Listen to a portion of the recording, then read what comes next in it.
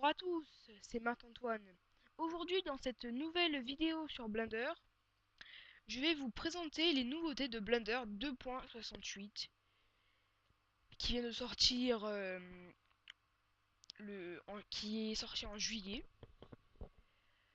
Et donc on va tout de suite commencer.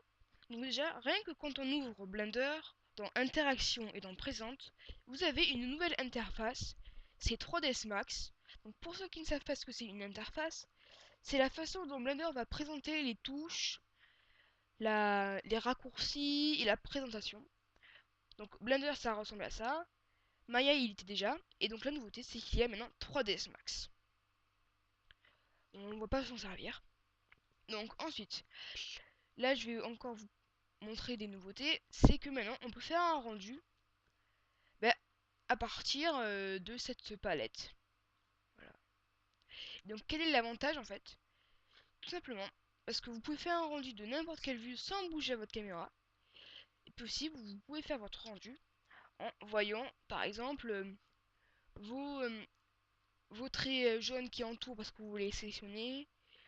Enfin, ça sert un peu à faire un rendu global sans. Enfin, ça sert à faire un rendu en fait, mais un rendu pour montrer la scène et peu pour montrer tous les détails. Ça va vous montrer votre lampe et votre caméra. Là, je vous fais un rendu. Hop. Et ben, ça m'a montré ma caméra. Voilà.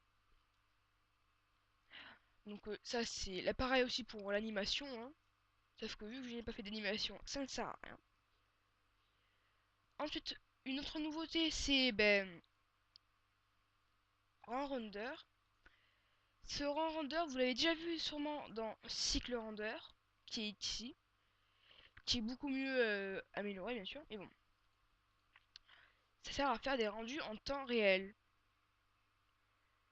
Donc c'est vraiment très utile. Mais il faut encore l'améliorer car vous voyez que ça fait un peu ramer votre ordinateur.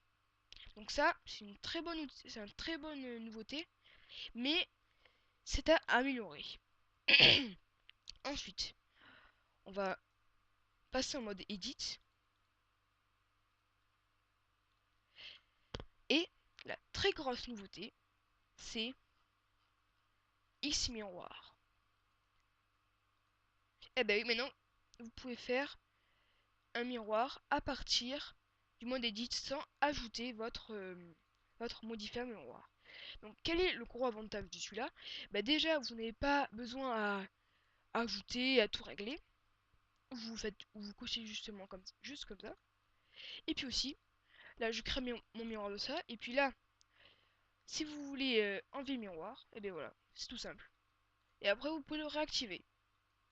Donc c'est vraiment très simple à utiliser.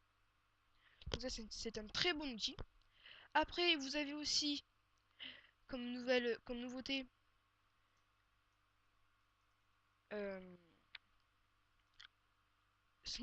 Smooth Vertex qui va en fait rendre vos vertex, vos faces ou vos edges plus lisses.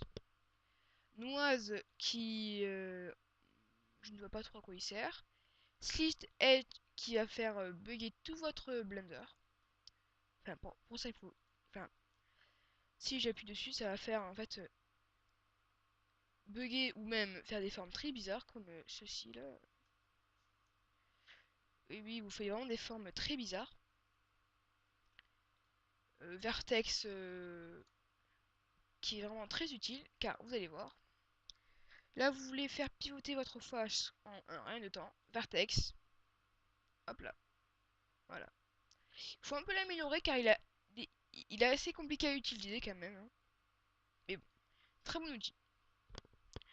Ensuite, en nouveauté, vous avez. Vous pouvez aussi faire votre rendu à partir du mode Edit. Voilà. En Sculpt Mode, il n'y a aucune nouveauté que j'ai remarqué.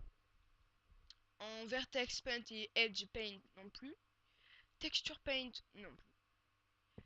Ensuite, dans, dans cette palette là, il n'y a non plus pas grand chose de nouveau. Hein.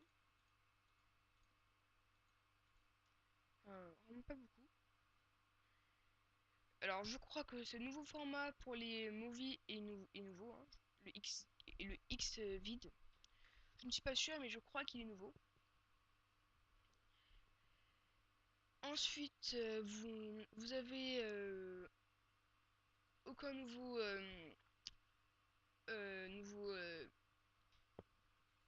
nouvelle interface de Blender comme Blender Game et Cycle Renders.